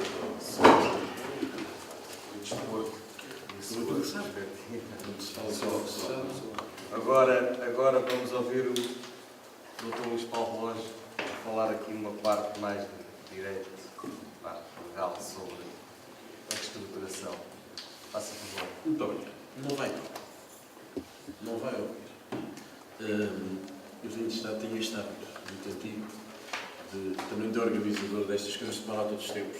Então, estão empatados os anteriores oradores. O professor Jorge Lopes ganha por 1 minuto, exatamente. 31 minutos contra 30 minutos do professor. ter jogos sempre para ganhar. Eu quero agradecer, antes de mais, à Associação de Patinagens de Lisboa por este convite e por esta oportunidade de falar num tema que me é muito caro. Quero agradecer aos alunos da UAL pela organização e quero retomar as minhas funções de professor para uma primeira crítica. Estas coisas têm que ser metidas no tempo e não no tempo em que as pessoas que estão a falar estão sob pressão e as pessoas que estão a ouvir já não estão com atenção. É fundamental adequar o produto à clientela. O tema é, obviamente, o tema fundamental é, de facto, a necessidade de reestruturação territorial, administrativa, financeira e desportiva. E nós ouvimos aqui falar das diferentes vertentes, portanto, a questão não é só territorial, mas é fundamental. E esse é um desafio fundamental. Os problemas do desporto, os vícios do desporto, mais do que as virtudes, os vícios do desporto, os problemas do desporto não são intrínsecos do desporto, são da sociedade portuguesa. O desporto não é um conjunto de marcianos que caíram aqui e que fazem coisas mirabolantes e depois a sociedade, os cidadãos, não têm nada a ver com isso quando é mau ou só têm tudo a ver com isso quando é bom. Não. O desporto é um dos aspectos, uma das áreas importantes e fundamentais da sociedade. Por isso a nossa Constituição consagra o direito ao desporto como um dos direitos fundamentais dos cidadãos. E é fundamental. Eu não vou repetir aqui os números que muito bem já foram referidos, quer pelo professor Tenreiro, quer pelo professor Jorge Lopes, com muita incidência e com muito saber. Eu tinha uns apontamentozinhos que não vou ler, não vou, aliás, como sabem, não vou ler os apontamentos, mas tenho aqui umas notazinhas muito interessantes e que batem certo com... Eu já vou precisar do segundo, para óculos. Não se riam, já sabem. Gostei muito do quadro do professor Tenreiro, porquê? Porque ele tinha ali uma série de países. E o país de topo é aquele, talvez não saibam isto, mas o país que mais se assemelha com Portugal, na Europa, é a Hungria. Portugal tem uma população de 10.561.614 habitantes, no último censo de 2011. O último censo da Hungria, 10 anos antes, dava 10.198.315. Portugal tem uma área de 90.090 km². A Hungria tem 93.030 km². A rede viária é, em Portugal, de 82.900, dos quais 2.613 de autoestradas. A Hungria tem mais do dobro, 197.519 km de estradas, mas só tem 911 km de autoestradas. Por que será? Mas tem mais de 450 medalhas olímpicas. Em ferrovias, percebe-se aqui a diferença. Nós temos 2.700 km e a Hungria tem 7.800. Nós temos 18 distritos continentais. Permitam-me que esqueça por momentos os Açores e Madeira, porque há uma razão física, lógica, natural para que sejam autonomizados fisicamente. A Hungria tem 7 regiões. Mas pior, nós temos 308 concelhos. A Hungria tem 19, chamam de condados, é o equivalente, mais a capital, que é em si mesmo um condado. Tem 20. E depois nós temos 4.260 freguesias. Haja Deus! Qualquer dia temos 10 milhões, cada um de nós é uma freguesia em si. O equivalente na Hungria são 173, mais a capital. Estes números a mim impressionam. Impressionam porque achei interessantíssimo e repito, tenho pena de não ter o tempo e a disponibilidade para absorver e discutir o trabalho do Professor Jorge Lopes, que achei extremamente interessante. Um trabalho de profunda análise e conhecimento da relação entre o desporto, a sua organização, a sua estruturação e a formação, porque é fundamental. Como sabem, eu já fui em tempos, uma das muitas coisas que fiz, presidente da Federação Portuguesa de Futebol de Salão, e um dia fui ali à Amadora ver, estavam a fazer um trabalho muito interessante, o técnico estava a fazer um trabalho muito interessante com os jovens e levaram-me a vê-lo para o convidar para o quadro técnico da Federação. Eu sentei-me lá, isto de ser presidente, agora, sempre toda a gente se trata de presidente e fazer as velhas, e estava a assistir ao jogo com os putos, e começo a vê-lo a dizer para os miúdos: vai nas pernas, dá-lhe em cima, dá-lhe coisa.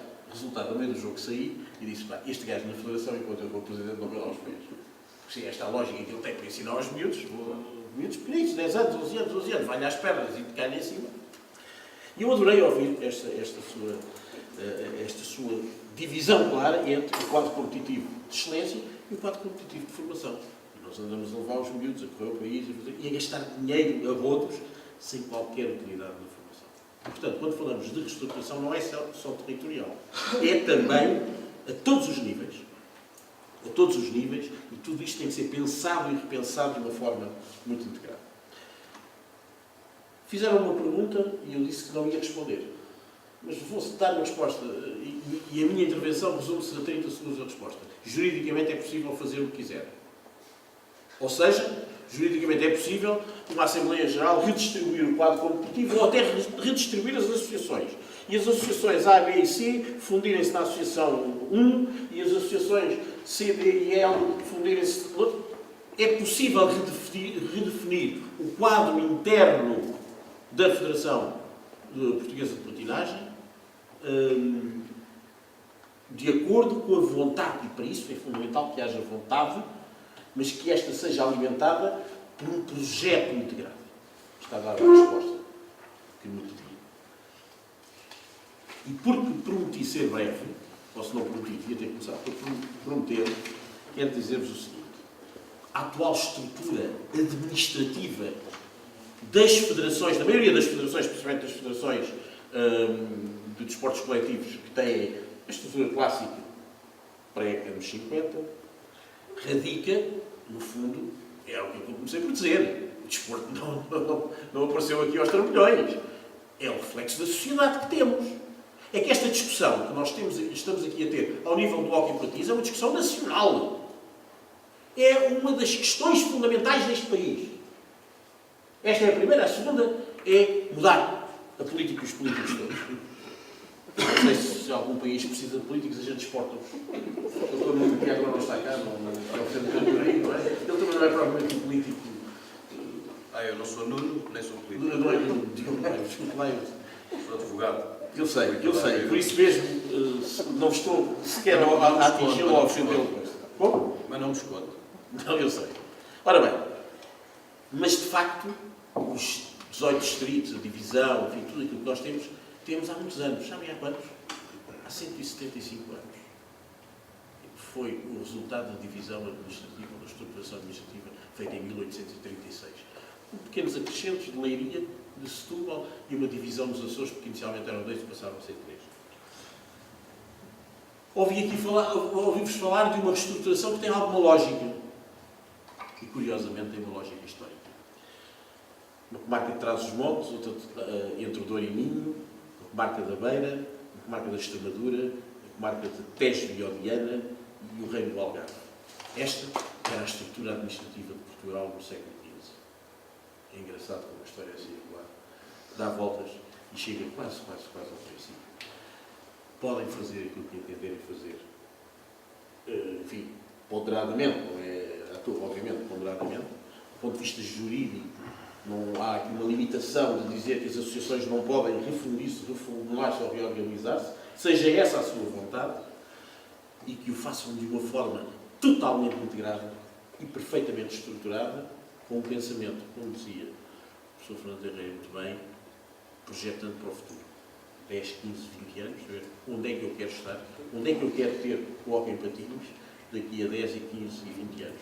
Sendo certo que o hóquei em patins é uma modalidade, ao contrário de muitas outras, tem um acervo histórico a defender, consagrado, títulos europeus, títulos mundiais, e, portanto, merece, seguramente, o esforço de ser bem pensada e repensada e de ter um caminho de futuro, criando mercados, desenvolvendo as tecnologias, implementando-se, crescendo consistentemente, como quiserem, com a reorganização que quiserem, mas, pelo amor de Deus, não com esta estúpida estrutura administrativa que ainda temos neste país. Muito obrigado.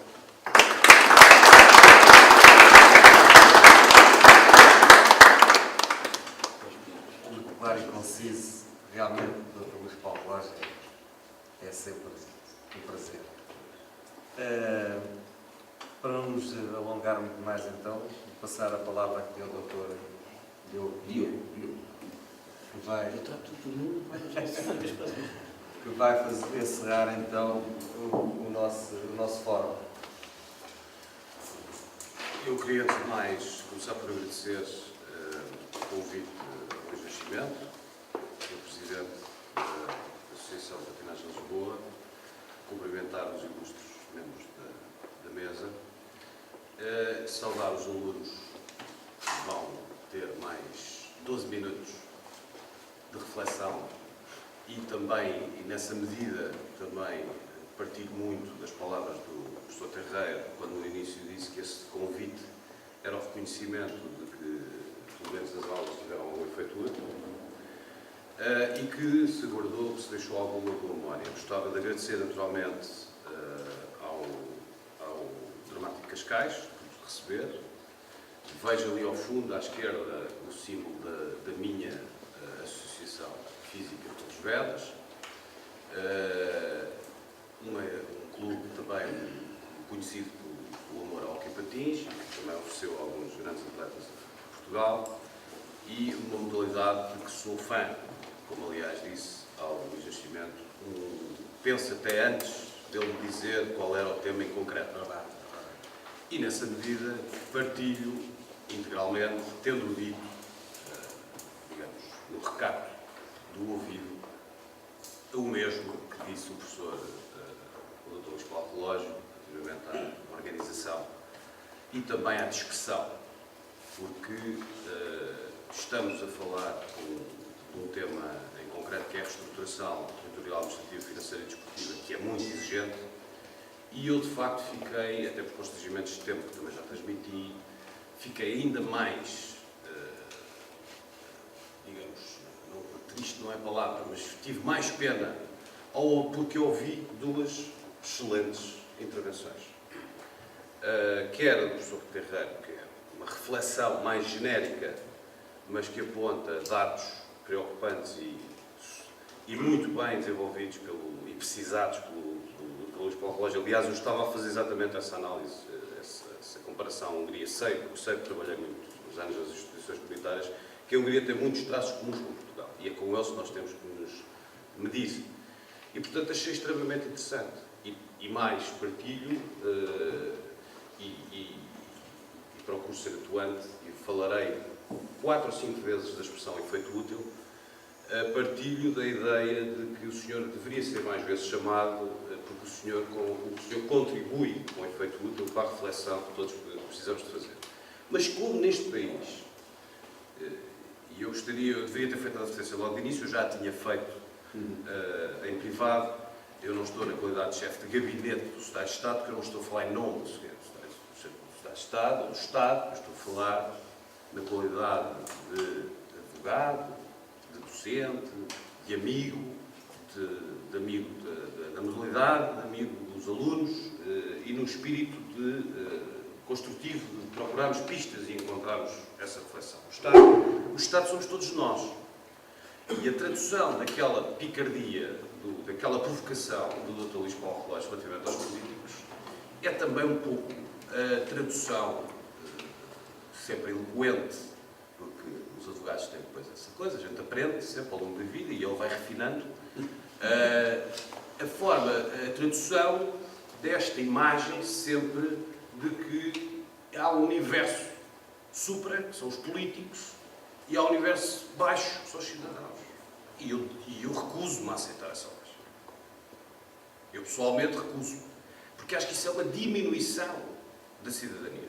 Isso é uma diminuição da função de cada um de nós, que é dar o seu contributo, dar o seu efeito útil, como estas são 3, para a realização do desenvolvimento de todos, coletivo.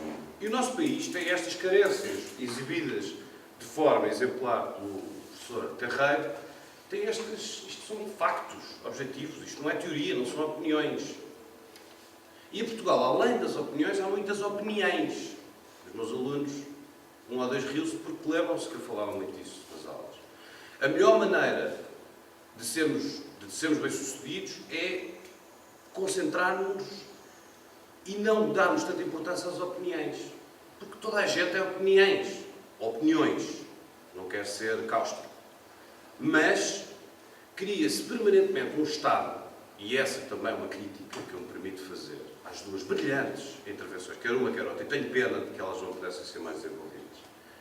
E espero que tenhamos essa oportunidade. É porque passa sempre algum amargo. E eu, porventura, há quem diga que é por ser aquariano e vejo na Lua, mas eu não vejo as coisas negras. Eu não vejo as coisas dessa perspectiva. Não resulta desta realidade outra coisa que não seja a necessidade de agir.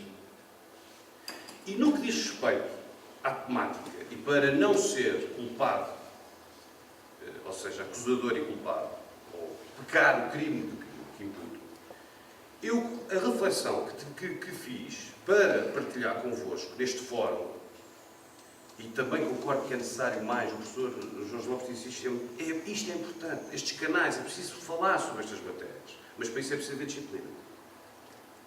E os alemães nisso também têm alguma coisa que nos ensinar. Sobre a disciplina já falamos. Estou nos 8 minutos. O modelo europeu de desporto em geral baseia-se numa pirâmide. E essa pirâmide, portanto, também achei muito feliz a forma como o professor Terreira apresentou as coisas nesta forma, sempre de pirâmide. E também era útil e também achei muito feliz a ideia, a imagem do desporto escolar e do desligar para o alto rendimento. Enfim, isto foi uma autêntica vertigem de boas ideias e de um debate que tudo pode ser e deve ser continuado e deve ser enriquecido. Porventura, lançando já para uma segunda conferência com esta matéria e com estes preletores. Esta estrutura é uma estrutura que tem na base as associações, tem os clubes, depois tem as associações, as federações. E o que é que deve ser a constante numa reestruturação? Porque feita a análise jurídica e bem que comum com o dos cálculos, que será o que os senhores quiserem, o que a Assembleia, que é o órgão soberano, que são os cidadãos do Hóquei Patins, devem decidir. Depois os juristas, que só complicam, devem vestir o fato. As leis só devem ser tradução daquilo que é a emanação da vontade coletiva. E é isso que as leis servem. As leis em Portugal servem para decorar, como dizia o professor Terreiro, eu dou um exemplo de 39 de 2009, tem normas que estão lá só decorativas. E o que é transversal da base até ao topo? É a exigência de transparência. É a exigência de good governance. É a exigência de que as associações regionais, sejam elas 14, 7 ou 6, que sejam suficientemente representativas e democráticas, que respeitem padrões de governação. Já todos nós ouvimos falar do critério do fit and proper person. E, porventura, se calhar, não entrarmos na euforia das exigências teóricas e dizer, bom, tipo, para ser dirigente tem que ter 10 cursos de formação. Não tem nada. Tem que ter bom senso. Mas tem que ter uma formação elementar, como disse bem o professor Jorge Lopes. Tem que, pelo menos, saber se há um acidente com uma baliza, como é frequente, infelizmente, ainda, cada vez menos, mas ainda é frequente, um dirigente saber como atuar. Evidentemente. É preciso que haja um padrão ético. É evidente. Essa coisa do Plano Nacional de Ética no Desporto é uma coisa importante, sim senhora. É importante, sim senhora. É importante que as pessoas que dirigem as associações tenham um comportamento exemplar. Não é preciso que sejam padres, mas é preciso que sejam exemplares. Não é preciso ser padre para ser exemplar. A santidade alcança-se pelo trabalho e por outras formas. A observação que fez é absolutamente pertinente. Um dirigente que incita à violência, mesmo sob a forma da paixão da vitória, é inapto. Para ficar por aí. E para não ceder e aproveitar os últimos 2 minutos. Uma das ideias nesta reestruturação, seja 14, 8 ou 7, é: será que faz sentido um código de governação? Será que faz sentido um manual de boas práticas que todas essas associações devam adotar? Ou seja, será que o debate não deve ser centrado sempre, como é, nas vaidades e no melindre? E os meus alunos, alguns deles riem-se novamente, que eu diagnostico como principal problema do país o melindre. Toda a gente se melindra. Menos um copo daqui para aqui, há um tipo qualquer que vai gritar.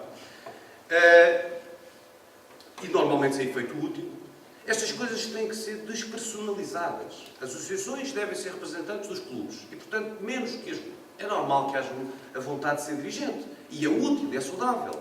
Essa missão de servir e generosa é fundamental. Mas, se calhar, devemos concentrar em criar os mecanismos que obriguem que seja quem for que lá esteja a obedecer a determinados padrões. Isso é indispensável, parece-me. E acho que em 2012 já temos essa obrigação. Portanto, lanço a ideia de para aumentar a transparência da prática administrativa e financeira de cada associação, que se adotem padrões de governação de longo prazo, de longo espectro e de longo prazo, sem fazer bíblias de... Não, está inventado, é procurar, também foi observado por professor Jorge Lopes, e bem, e procurar nos outros exemplos as melhores práticas, não é preciso inventar. Depois, a transparência do processo decisório. E já estou a chegar aos 12 minutos, menos alguns segundos. A transparência do processo decisório é fundamental. Dizer o que se está a fazer e como se está a fazer. Isso deve ser uma coisa natural. Mas depois, aquela velha questão, aquela velha chata questão, Dr. Luís Paulo Relógio, da coercibilidade, que é aquela velha questão do tipo, fazem-se não sei quantas leis, mas depois incumpre-se, mas não acontece nada. Nós, em Portugal, temos um bom hábito de sermos um pouco mais humanos, na minha opinião, que é do que alguns povos mais espartanos, tipo, tens que ir por ali, se não vais por ali. Tem que se fazer aquilo, se não se fizer aquilo. E nós dizemos que nós somos um pouco flexíveis, parece que têm balas. Bom, mas nós, se calhar, também estamos para lá da problema. E toleramos todas as infrações. E não pode ser. Se queremos criar regras e disciplina. Porque esse é que é o humus que permite o desenvolvimento desportivo à séria. E fiquei satisfeito de saber que não é só o Governo de há um ano para cá, como leio, não frequentemente, não tenho tempo e faz-me um bocado de confusão, acho que muito inteiros, não é o caso do seu em particular, os blogs, continua-se tudo sempre à volta e tal. O efeito útil daquilo é uns que nascem e matam-se uns aos outros blogando. E, entretanto, o mundo vai comigo. Graças a Deus. E com esta observação perdi o que era mais importante de dizer, mas apanho já. E termino.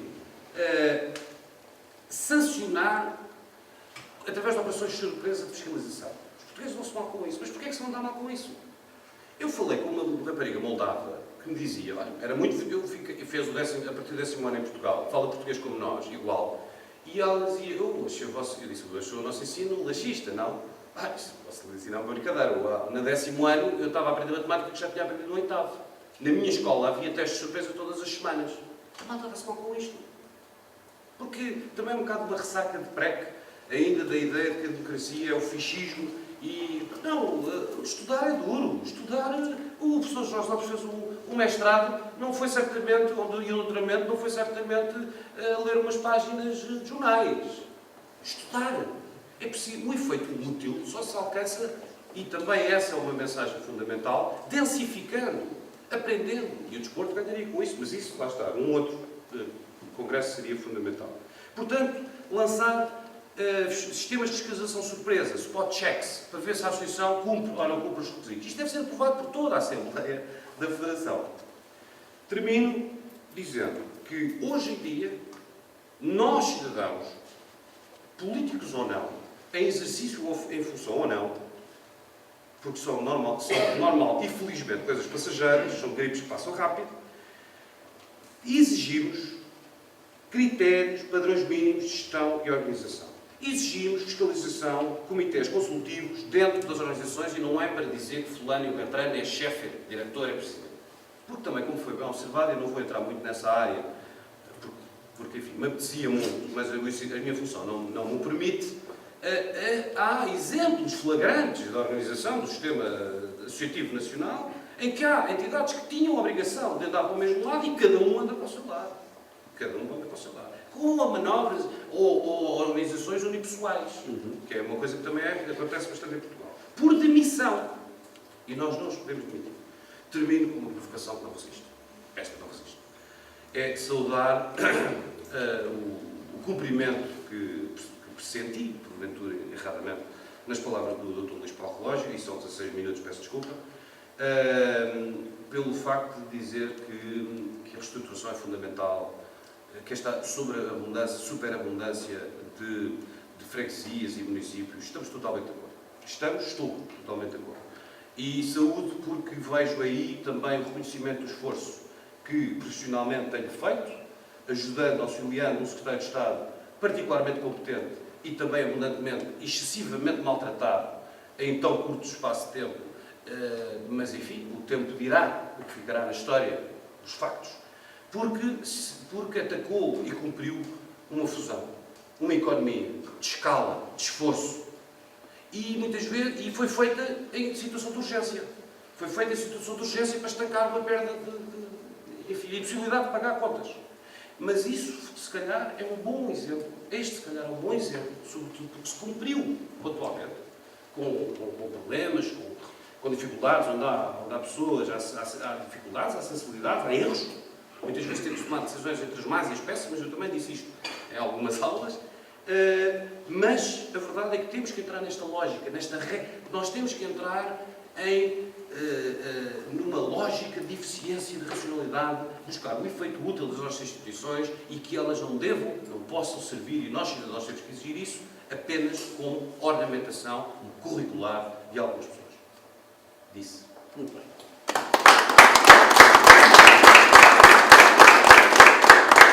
Obrigado, Dr. Dioguia. Realmente eu faço aqui uma vénia ao grande trabalho que a Secretaria de Estado tem feito, nomeadamente. Isso aí já sou mal. Não sou a mal. Mas só os eleitores dizerem isso aqui há uns anos. Não sou a mal, porque são as palavras do Luís Nascimento, não é? Portanto, como disse aqui o Dr. Dioguia. Há uma coisa que é verdade, e eu tenho aqui que dizer, porque eu sei que isto já se está a prolongar um pouco mais do que aquilo que devia. Como moderador deste fórum, assumi esse risco e assumo plenamente. Primeiro porque, na realidade, o tema é um tema muito interessante. O tema tinha aqui pano para mangas para estarmos aqui até, se calhar, a noite toda a falar sobre ele.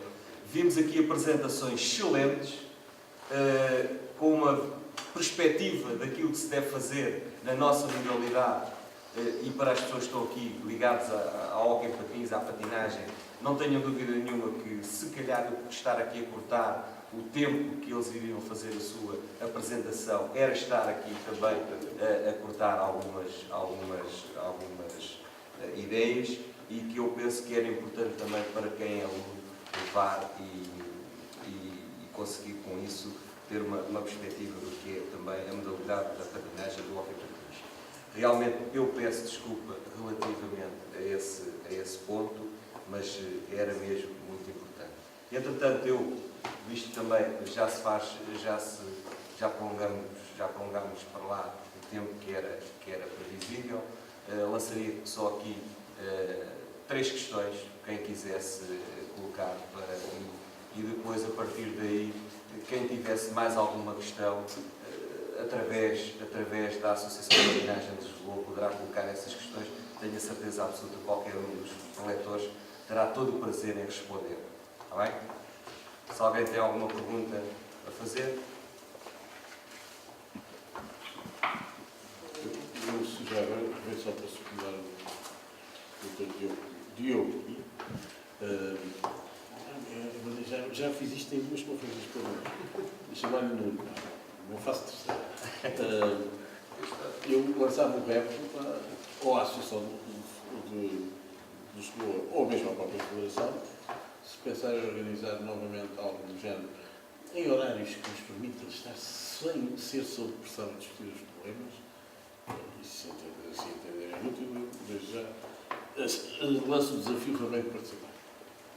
Desde já. Eu associo-me inteiramente, realmente, aliás, tenho curiosidade em ouvir qualquer um destes oradores, mas todos os populares têm sempre a sorte de ficar a seguir a ele, conheci sempre. E até num contexto mais alargado, será de mais pessoas da patinagem, não é? Mas a Federação tem financiamento para estas coisas, mas a Federação.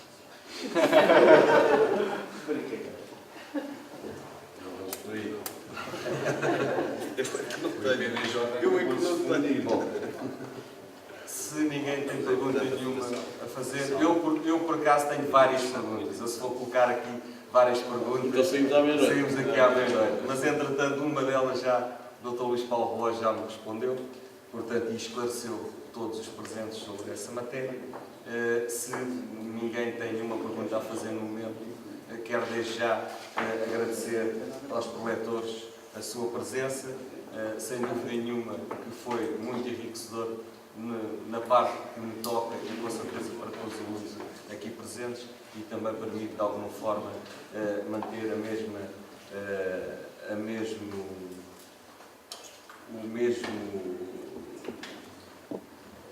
relacionamento, o mesmo interesse, o mesmo empenhamento em ouvir todos estes coletores. Desde já agradeço, Dr. Dia, Sr. Fernando Pedreiro, Sr. Jorge Lopes, Dr. Luís Paulo Roja, Paulo Rodrigues, meu caro amigo nesta luta associativa. Muito obrigado a todos e muito obrigado aos presentes.